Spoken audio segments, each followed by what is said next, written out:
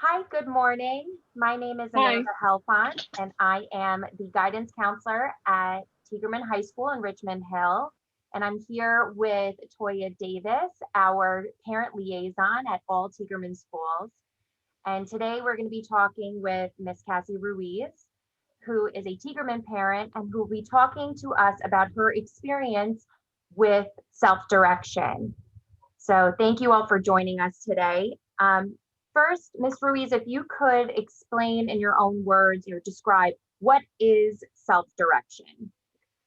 Well, basically what self-direction is, it's basically a service model provided through OPWDD.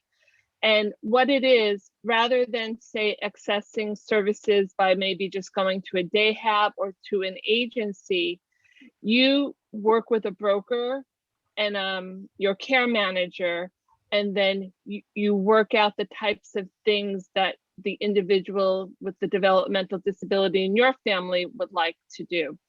So so basically the most important thing is you have to be OPWDD enrolled and have the Medicaid waiver. So that's the number one thing to do. And I know you all have learned about that. So then once you're there, you will have a care manager. And then with that person, that agency, you'll let them know that you're interested in pursuing self-direction. Because self-direction means that you can develop a plan for the individual. It's person-centered, will develop a plan with the help of whoever they choose. Usually it's family members, a broker, and anybody else they choose. It could still be people from the school or anything like that. So you can really do things that are in the person's interest, what they would like to pursue. And what you're doing when you are doing this, it is a lot of work because basically you're the employer. You're gonna get your budget, and then you're gonna decide maybe what classes you're going to be taking. And then also you can hire staff through self-direction. So there's something called community habilitation, where you can hire people to assist you in the community, to learn how to navigate the community, shopping, using stores. You can even have a person come into your home and help the person with daily living skills, things like that. So whatever the needs of the person are, you're going to figure out what you want, what interests you have, and you're going to go ahead and do that with your budget. That's great. And that explains a lot. And one of the most important things I think you mentioned first was you have to have OPWDD eligibility as well as Medicaid or Medicaid waiver. So that's super important to highlight. That is step one in this process. And so you explained it really well, and I appreciate that. And one of the things I want to go back to is you mentioned a broker. And so how do you find a broker? Yeah, I mean, that can be difficult. For me, it was word of mouth. I luckily had a group of friends that knew of somebody they were part of a startup, like a new agency that was starting called the Fiscal Intermediary, and we'll talk about that in a bit. So luckily they put me on to somebody that was a broker in that agency. I contacted them. It was a very simple application. That was about one of the simplest things I did, and I got that spot. But what you really have to do is use word of mouth, because sometimes you get a list of brokers and a lot of them aren't even accepting people. They might have full caseloads. It can be a little bit tricky. So you just have to sort of try to get in the circle of people who are doing self-direction. Sometimes a care manager can help you. You're going to be selecting. Once you get waiver enrolled, then you have to select a care manager agency. There's really three main ones here in New York that people can use. So sometimes you can get some help through your care manager, but actually other parents are always going to be, I have found for me, your best resource. There is also a Facebook group that I'm a part of, other people are a part of, and a lot of times people will go on there and put it out there. Does anybody know a broker? And brokers will also go on there soliciting themselves that they have availability. And I'll just say now, I'm going to give Ms. Helfont a lot of resources that I use so that you can contact her for some places that you might be able to go. That's wonderful, because that I went on to the OPWD website, and the list of brokers are it's mind-boggling. Yes. So the fact that you do have the Facebook group, or parent to parent, that is the best way to go about it. The one thing that I wanted to ask is, does the agency give you the care manager? How do you go about getting a care manager? Well, I think what happens, for me, it was quite a few years ago that I did this. And back then it was, you had to select an MSC. Okay. So there were many, many agencies. That's the Medicaid Service Coordinator. There were many, many agencies that you could go to. I wound up with someplace called Life's Work. But what happened, I think it was just about 3 years ago, all those agencies consolidated. I honestly think there's only about 3 care management agencies. So you select one of those, and then you get your care manager, which is basically what the Medicaid Service Coordinator used to be. So that, the state has just changed a lot of things with their delivery of service. Okay. So your care managers could help you. And actually OPWDD also can help you. They have a whole section devoted to self-direction, but sometimes to find the most quality people, the people in your area, you're going to want to maybe try to talk to other people that are doing it. Networking is such a big part of all of our lives in every facet. Yeah. So this is just one of them. And so it's so nice to have support, from friends and people that you've met along the way. So when talking about self-direction, you explained to us kind of how to find a broker. And then what you were explaining before is coming up with a budget. And how do they come up with a budget for an individual? Yeah. So what happens is, when you decide that you want to have self-direction, it's actually going to be your care manager that's going to work with you, and they deliver. They give you a test. Let me just look down here. It's called the DDP2, which is the Developmental Disabilities Profile.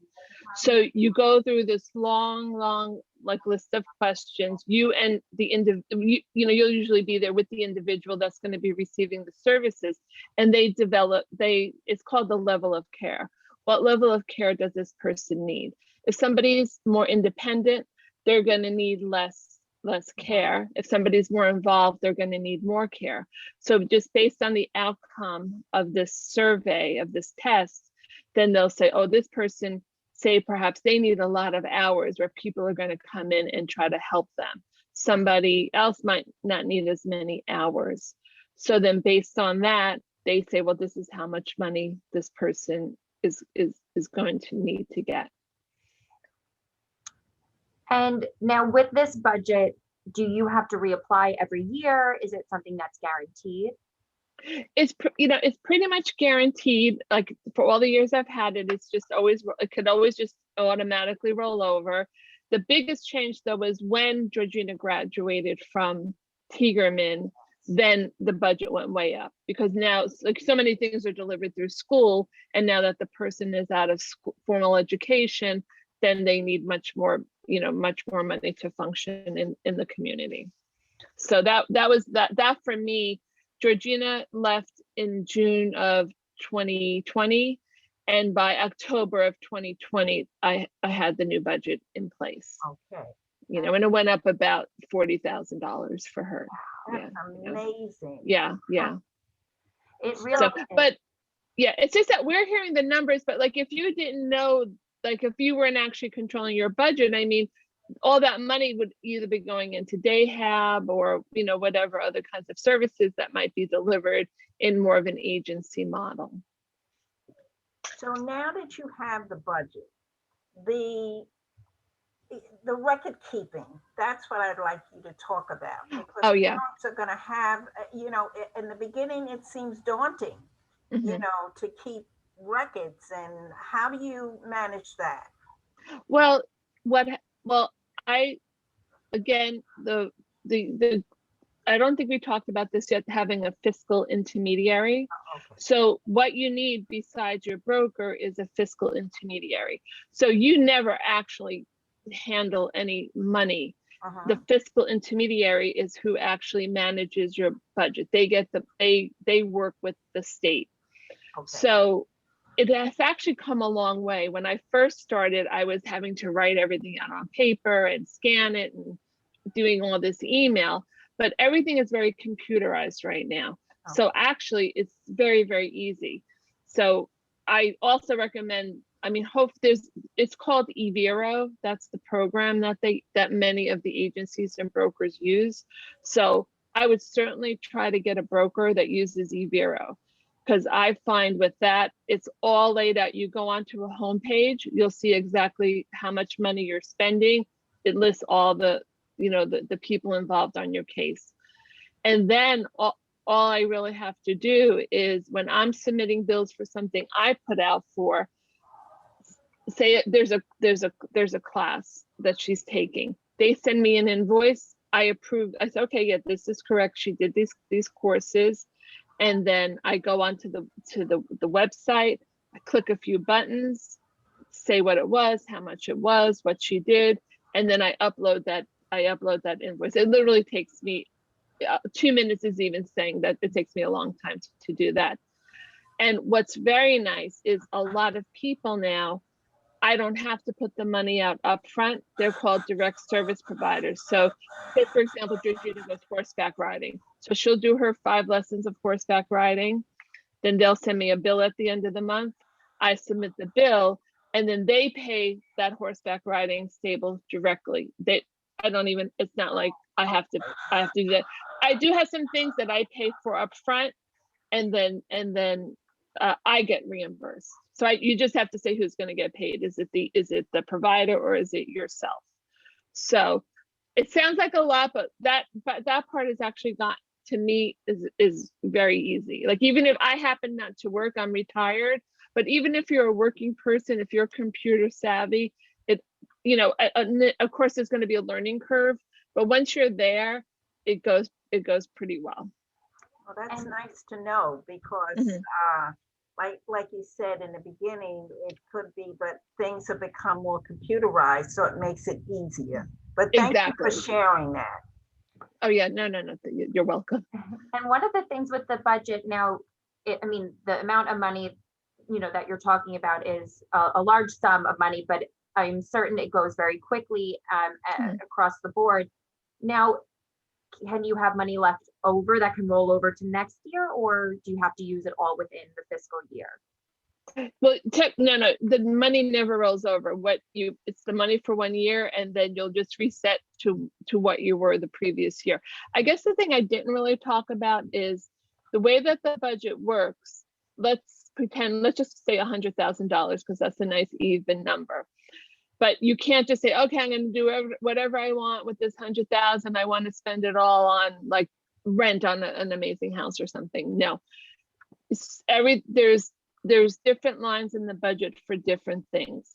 So there's one thing called self-directed goods and services. So for that is where you get your classes like that. And that's a very big part of my budget, because my daughter, these are her activities. This is what engages her in the community. So that goes up to $32,000 you can spend on classes, meaning community classes, and they always have to be available to anybody with or without disabilities. The way people are really knowing how to design classes, it has to be a published class. It has to have a website or a flyer. So it has to be something public. You can't just say, oh yeah, I'm doing this painting class over here. Give me the money for that. It has to be something in the public domain, and it has to be, open to anybody who would want to go there.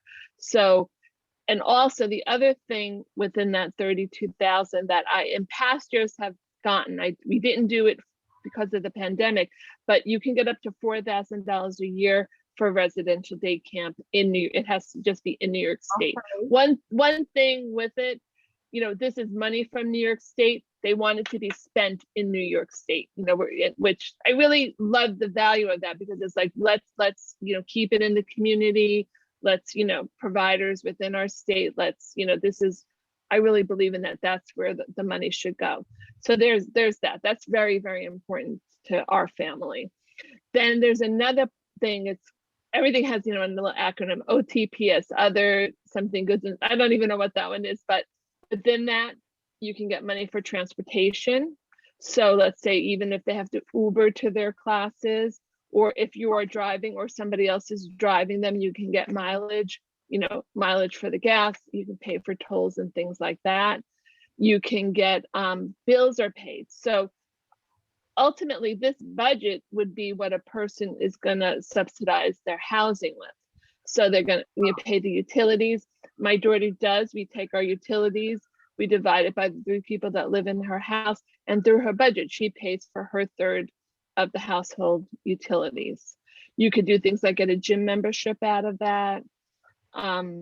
You know, everything, but just, you know, basically things that you'd want to do with your life.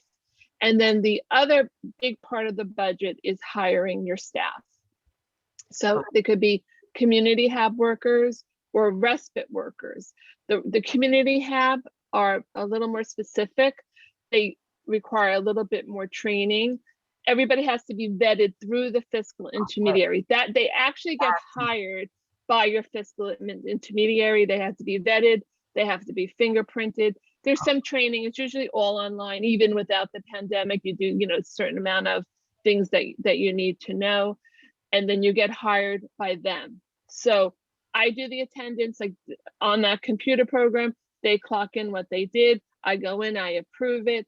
The fiscal intermediary sees that, and they issue the paychecks to the people that we hire to work with Georgina. Wow, that's awesome. And I also like the fact that there's accountability yes, exactly, for everyone. So that makes you feel comfortable. You know that people that are working with your daughter are vetted and that they're the proper people and not just anybody off the street. So that's exactly. very comforting. That's very comforting to have. And now the other thing about those people is that you have to find them. That's the other thing that does require a lot of networking. But one thing my broker told me, and I have actually the most amazing broker. She's just a darling person. And she always said, don't be afraid to ask anybody. If you have young people that live on your block, that may be college students, it happens that a person that was Georgina's dance teacher, through the pandemic, she had actually lost a lot of work, but she loved teaching people, you know, on the spectrum or with other disabilities like dance. She really became very devoted to that. So I just mentioned once, oh, you know, I need somebody to maybe work in the community with Georgina. And then she just stepped right up to the plate. She was like, oh, you know, I would just love to do something that I love working with Georgina. And she works 2 full days now with Georgina at a particular program that Georgina goes to. So yeah, and it could be anybody except for the parents can be the community health worker. So a sibling can do it, a cousin can do it, an aunt can do it. Any member of the family except for a parent can provide services. It's very similar to, I always see commercials on TV now actually for elder care, where they say, oh, you know, you want your family member to stay home and be cared for by even a son or a daughter. You know, you can sign up with the state now, and the family will be reimbursed for meeting the needs of an elderly person. So I think that this is a model that New York State is developing, you know, putting a lot in the hands of the people, let them hire, and then through Medicaid, because even with the elderly, it's through Medicaid that they are reimbursed. So in a way, you're kind of helping the state because you're doing this legwork. So also you're responsible for communicating with that person. You might have to, you know, if there's a problem, you have to address them. You know, things happen, you know, so that's, you know, again, you have to be willing to take on that responsibility and oversee it yourself. I think one of the major takeaways that I hope parents get from this is that it takes a village, and yes, it should not be solely on the parents to teach these skills and to make, you know, to be there for absolutely everything, because it's important to delegate out to get these services that they, you know, they may qualify for, so that, you know, you can delegate out so you have more time to focus on other aspects of your family's lives, and so that you can be more present, because it can be overwhelming, as Yes. you said. But once you have it all into place and you have people that you trust and that your child trusts, to take them to certain activities, I think it's a very freeing thing. And again, like I said, it takes a village, and we should all work together, on these things. And I thank you so much for explaining all of it, because to me, it sounded very comprehensive. And Yes. once I knew everything that went into it, it started to maybe be a little less scary and intimidating. Well, the other thing I just want to say, what we're also preparing for is our family members. I hate to use the word children, but our young adults. We're not always going to be here. This is exactly. Thank you, because that's very difficult for a lot of. Sometimes I say it to parents, and I don't want to sound harsh, but we do need to prepare for when we're not here. Right. For that. Exactly. And actually, I just had another thought, but it's funny, when I first met with my broker, and Georgina was going, let's say, to a dance class or whatever, cooking. She does a lot of different things that I started. Just one thing, I really tried to get all of this in place as much as possible when she was still in Tiegerman, because it made the transition very smooth. So a lot of the activities she's doing now, she was doing while she was still at Tiegerman. So I was talking to my broker, and I said, gee, I feel kind of bad. Like I pay for this now, I can afford this. We can afford it. She goes, no. She goes, it's not you. She goes, this is Georgina's life. Could she pay for it? Can she be competitively employed? This is her. Like you have to begin to separate. How is she going to function in this world? And she needs the help. She needs the help from the state. So, we apply for SSI. That's not really very much money at all. But so this is so wonderful that the state has this program in place for us for the quality of life, for everybody. It's such a good Let me point. ask you a question. What is reaction, or has Georgina shared with you what she feels about her life now that she's out of school? She feels really good. I mean, she's really proud of all these things that she does. She loves our meetings. Like she loves when we get together with her care manager and the broker and whoever else is on the team. She feels so proud of what she's doing, and she makes her feel really important that there's this team and all these advocates and people that she's working with. So she's feeling really good. We're not all the way there yet. I think the pandemic threw a big wrench in everything. I couldn't really look at things when we were still in school last year, but we're really, thank goodness I had everything in place that I did. So she was as busy as she could possibly be. Hopefully things are going to be meeting more in person now. She does do some things in person. She still does some things via Zoom. And also there's an option that you can do. The budget is called residential only. So I get so much money for all these classes and staff and other things that we pay for around the house, and that she pays for. But I also have the option to send her to a day hab, that she could attend a day hab program. So that really didn't happen because of the pandemic. Any day hab was meeting virtually, and I just didn't feel like I was not going to put her in any group of people that she did not already know virtually. That just wasn't going to work for me. She did do her acting class and she does music class virtually, but she knows these people. She's known them since she was back in Tiegerman. So I do feel like I'm still going to continue either to look for a supported employment. We're actually doing something about tomorrow. I mean, employment is not out of the question still. Just because of the pandemic, it just couldn't really happen. She is also with Access VR. I did everything. I said, I'm going to do every single thing that's possible, have it all in place. I'm not going to dismiss anything. And then we're going to, take what we want and leave the rest. So the employment piece, because even actually through your self-direction, there's something called SEMP, S-E-M-P. It's supported employment. Mhm. Yeah. So she could go on to a job and have a job coach, you know, and work like that. We're just not there yet, but hopefully within the next 6 months, that's definitely another direction that we really want to go to, because I think that will be another source of pride for my daughter to be to be employed, to have responsibility like that. I mean, she doesn't quite get it yet. I mean, she just, you know, I bring it up and she's not there. But, and the other thing is, like, I'm her parent and I can't even teach her certain things around the house. You know, she's just going to rebel against me.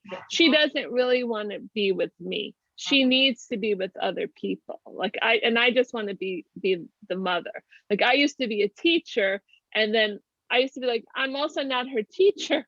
You know, I thought I could do that, but I really can't be her teacher. I just have to be her mother, and that's it. So thank God that, you know, we all get support from all of this. Absolutely. And honestly, you've touched on so much, and you've given a lot of really great advice. Is there anything else that you wanted to add? Anything else that you don't think that you gotten to speak about? I don't think so. I think I covered it all, but I would definitely give resources, you know, my connections, things that help me, to Amanda and LaToya, and let them have that at their availability. But there's tons of stuff, of course, online that you can look up, and almost any course that you can take. You know, if you have your self-direction, you can put it through there. Thank you, thank you, thank you. You have done a real service, because Amanda and I, we do these annual transition meetings and we talk about these things, and it, you know, year after year, but to hear it from another parent who is actually in the midst of it and is telling us step by step how to do it is absolutely awesome. I salute you. I thank you for everything. Yes, thank you you so much. much. And thank you for your involvement. Thank you for meeting with us today. Yes. We hope that it's been beneficial to all the parents who watch. So again, thank you so much. Okay. Thanks, guys. Take care.